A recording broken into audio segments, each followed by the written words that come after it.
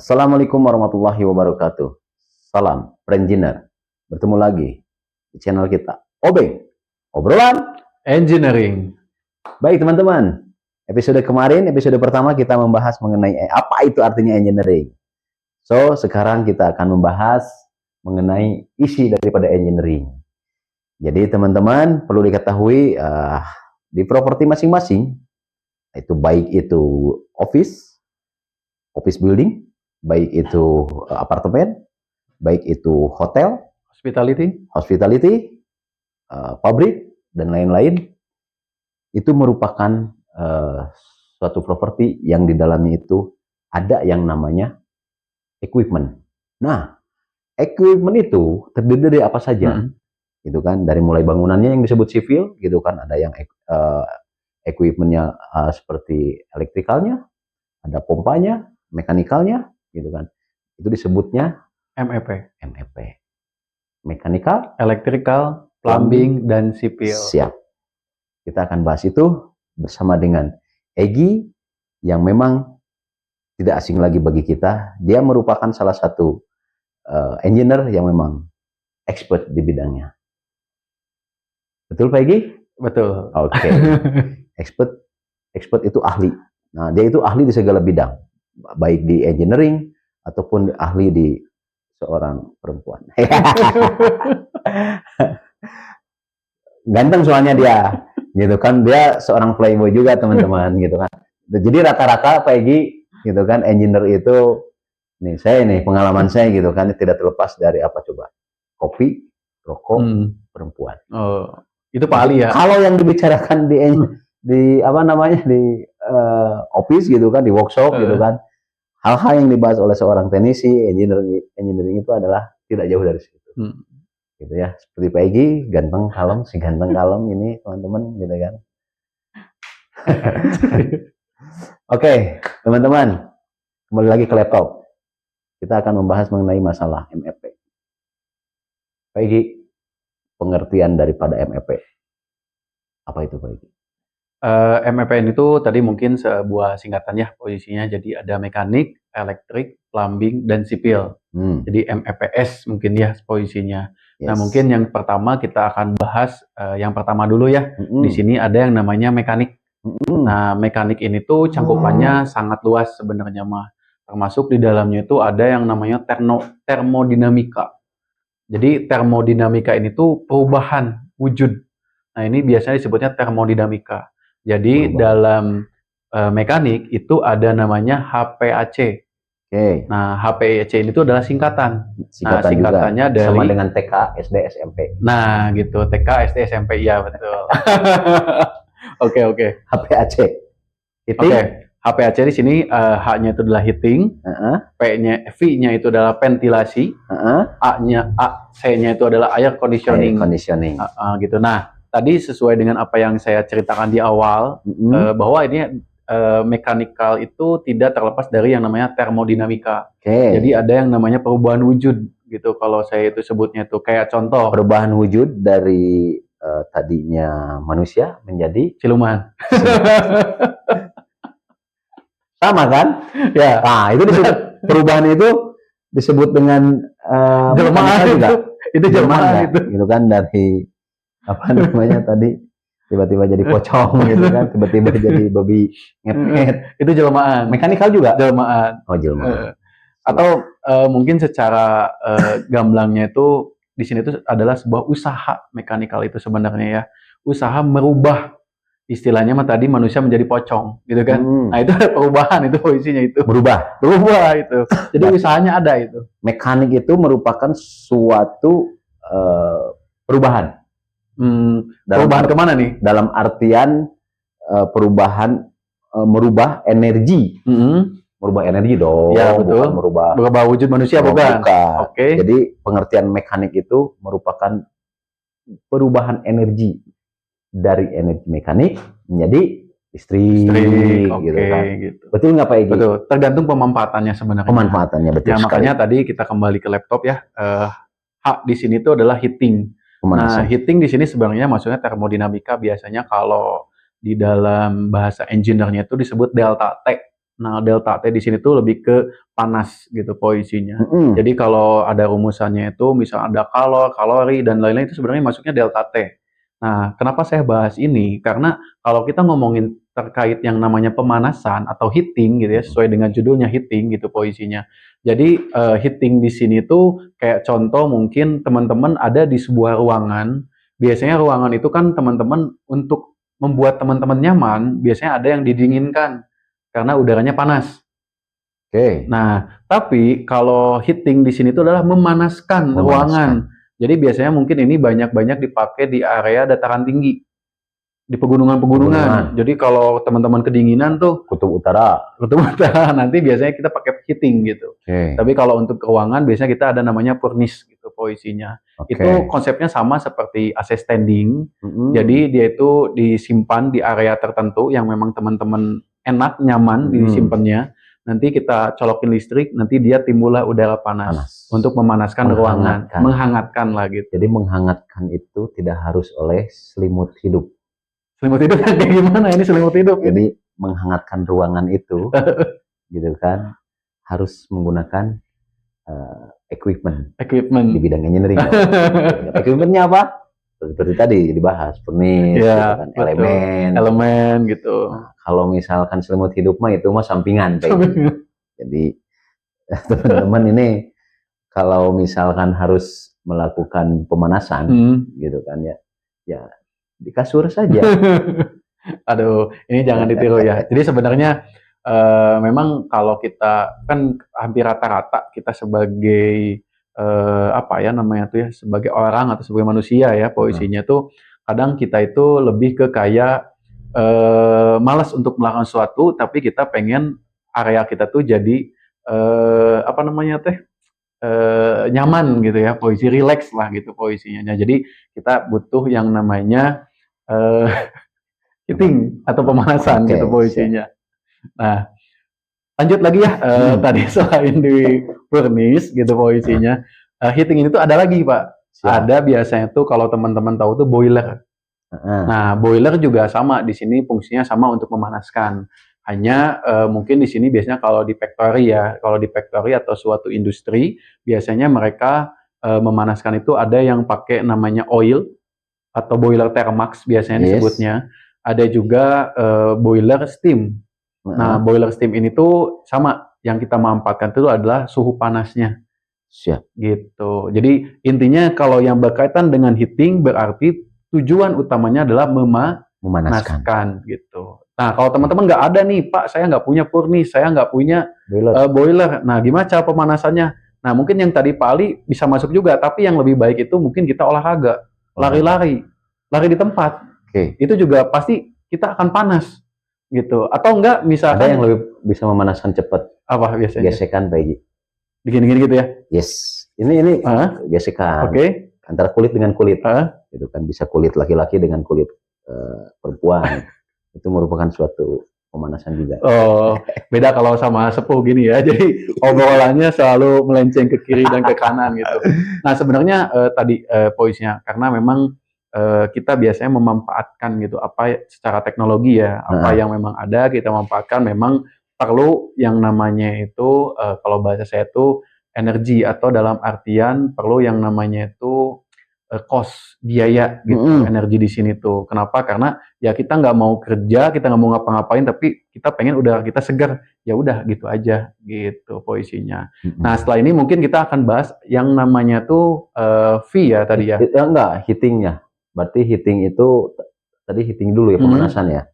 Nah, selain itu juga Pak Egi untuk apa namanya, melakukan pemanasan itu gitu kan di dalam suatu ruangan gitu kan, selain daripada menggunakan boiler gitu, menggunakan apalagi furnace gitu kan, ada yang namanya heating untuk penggunaan air panas. Oke, itu water heater. Ada water heater, ada lagi pump. Ada yang lebih besar lagi heat pump. Betul. Kapasitas besar heat pump itu ya.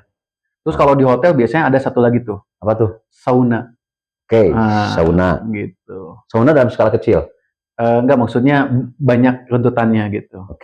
Ini panjang mengenai masalah heating ini, pemanasan ini. So nanti kita juga akan bahas mengenai heating ini secara eksklusif. gitu kan. Dan kita akan menghadirkan narasumber yang memang expert di bidangnya. Siap. Oke, Peggy. Next, selain heating, gitu kan. Yang penting kita seorang engineer jangan panasan. Kalau tetangga beli kulkas baru, heating. Nah, itu juga sama dibilang heating bisa ya? Ya. Tapi yang heating apanya itu? Ada tetangga kawin lagi heating. Gitu. Peggy. Jadi seorang engineer itu nggak boleh heating, Gitu. Nggak boleh panas. Ada teman yang naik jabatannya heating. Jadi seorang engineer itu justru harus memaintenance, memasang gitu kan. Yang namanya itu heating, pemanas. Ya. Kita harus tahu, harus paham gitu kan, bagaimana caranya kita memelihara gitu kan, memperbaiki. Nah, itu baru seorang engineer yang memang expert di bidang itu. Oke. Next lagi selain tadi heating, ventilasi. Ventilasi. Ya. Ventilasi. Apa itu ventilasi? Jadi kalau ventilasi seperti mungkin yang teman-teman ketahui, ventilasi di sini tuh ada yang namanya pertukaran udara. Biasanya jadi udara yang sumpek nih kayak sekarang ya, saya dekat dengan bapak yang satu ini agak sumpek nih udaranya, jadi saya perlu udara segar dari luar kayaknya gitu. Nah, perpindahan udara di sini tuh sebenarnya tuh ada dua hal sebenarnya. Ada yang memang tidak memerlukan energi atau tidak memerlukan listrik, alami atau tidak memerlukan cost, tidak ada biaya. Ada juga yang memang memerlukan biaya.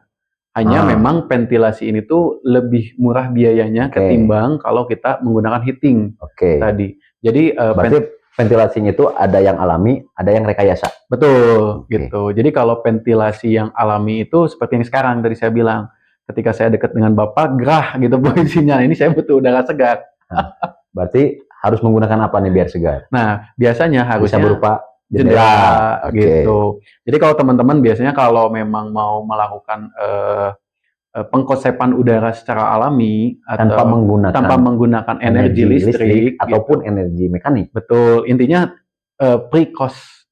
Jadi nggak ada biaya sama sekali gitu posisinya.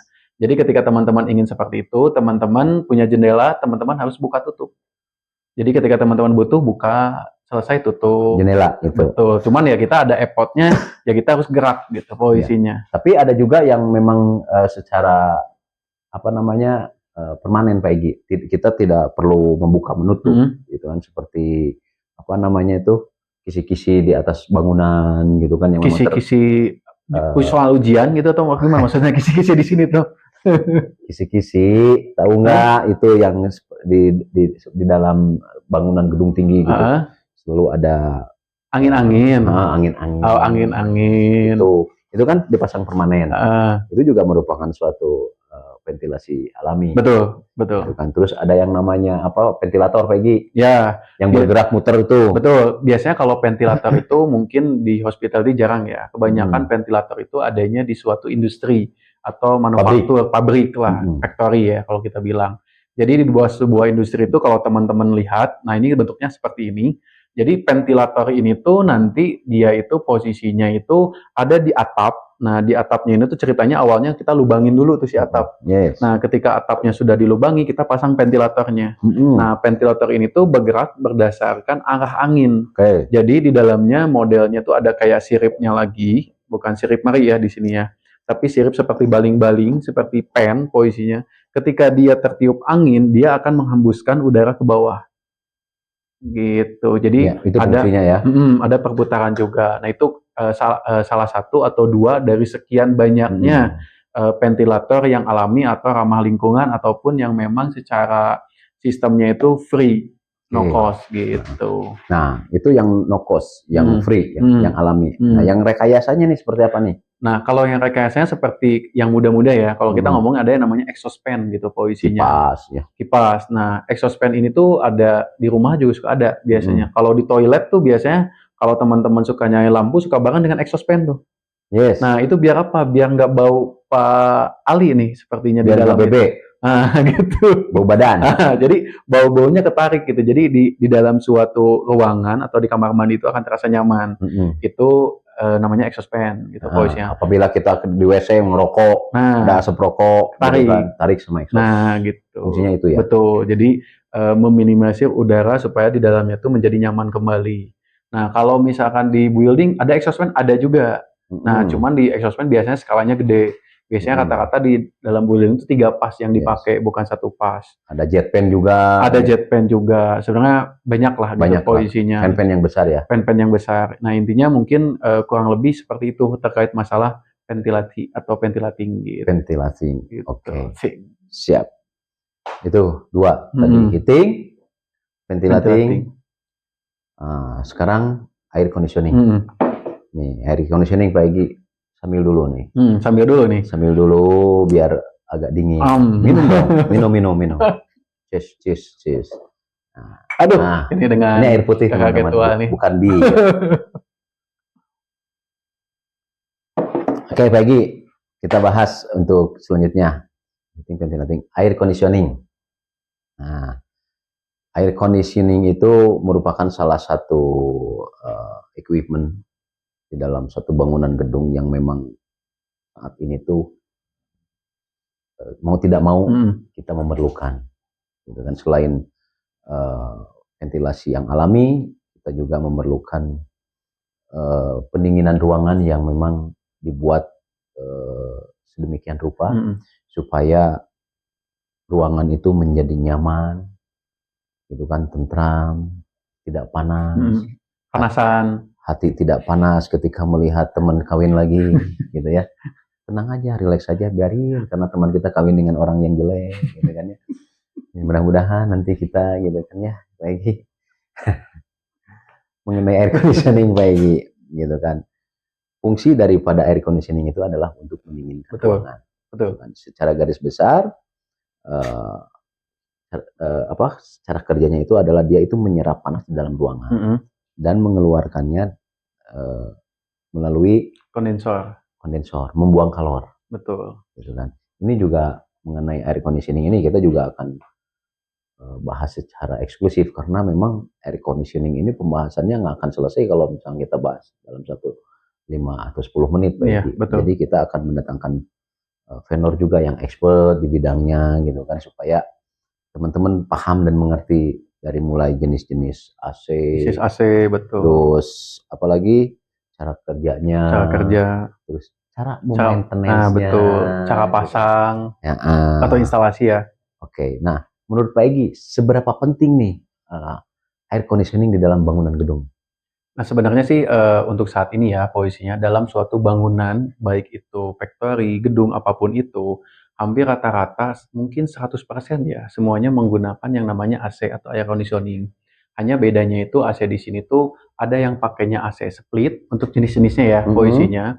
AC split itu nanti terdiri dari indoor dan outdoor. Nah, terus nanti juga ada lagi disebut AC kaset.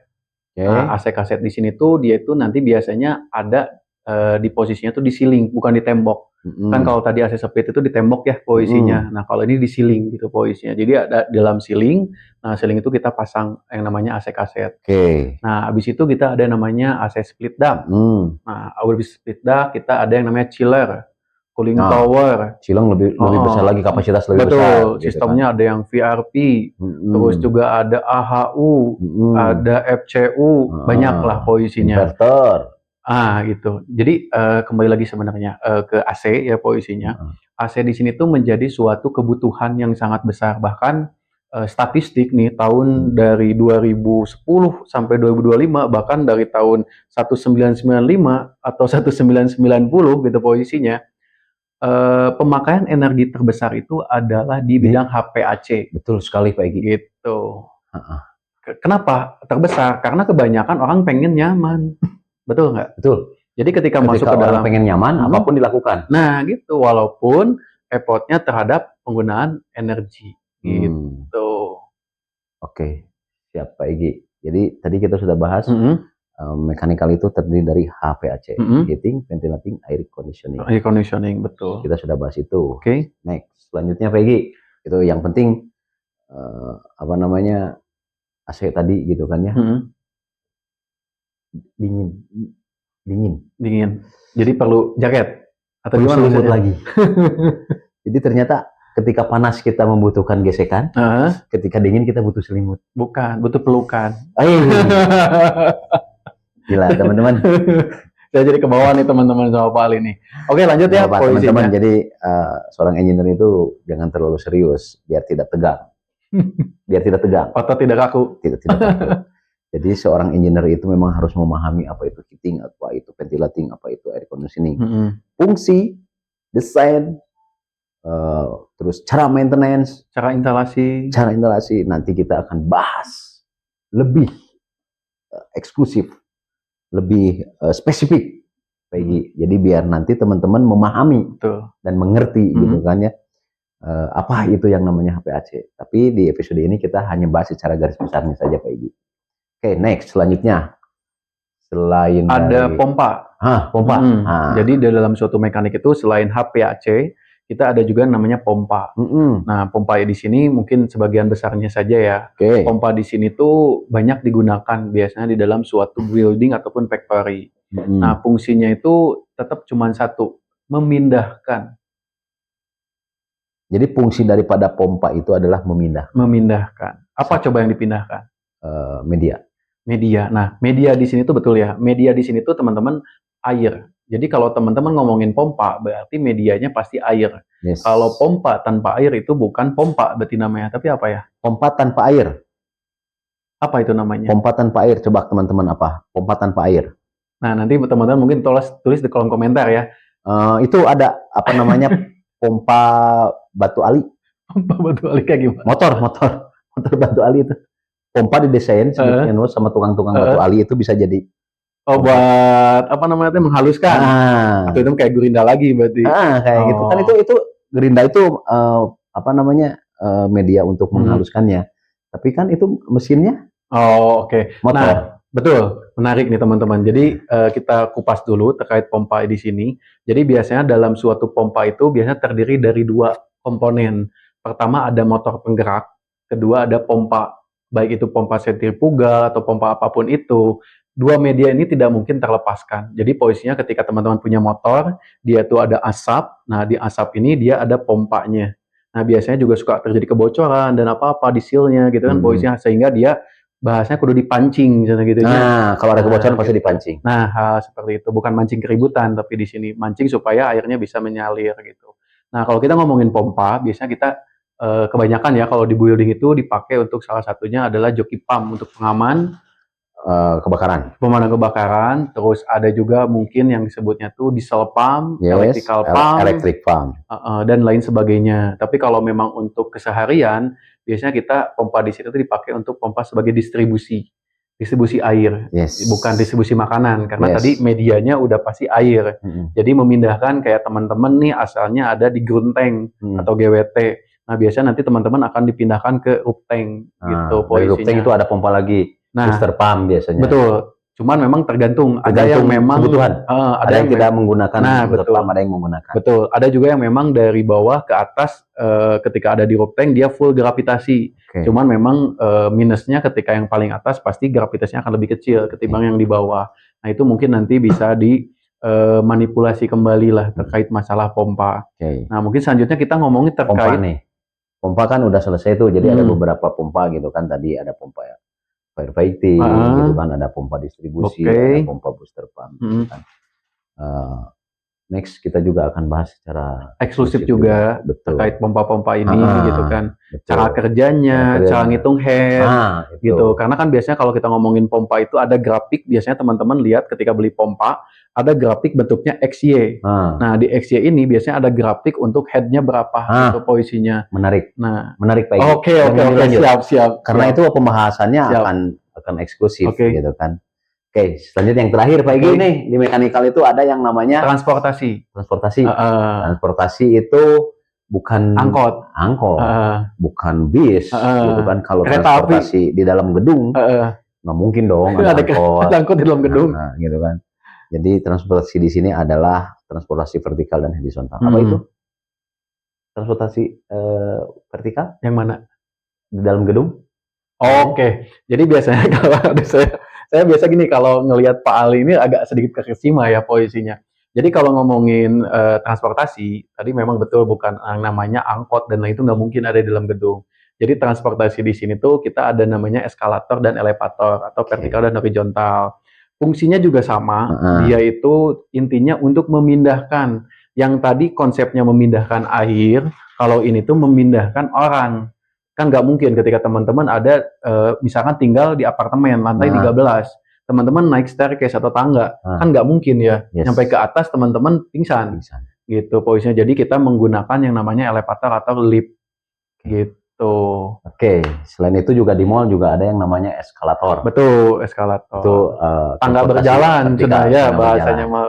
Oke, teman-teman, kita sudah bahas tadi mengenai mekanikal. Tapi secara eksklusifnya kita akan membedah satu persatu bagian mekanikal itu. So, teman-teman jangan lupa ikuti terus channel kita supaya teman-teman tidak ketinggalan. Betul. Ilmu, pembahasan gitu kan, terus hal-hal yang berkaitan dengan dunia engineering akan kita kupas tuntas di channel kita. Obeng. Obrolan Engineering. Salam Engineer.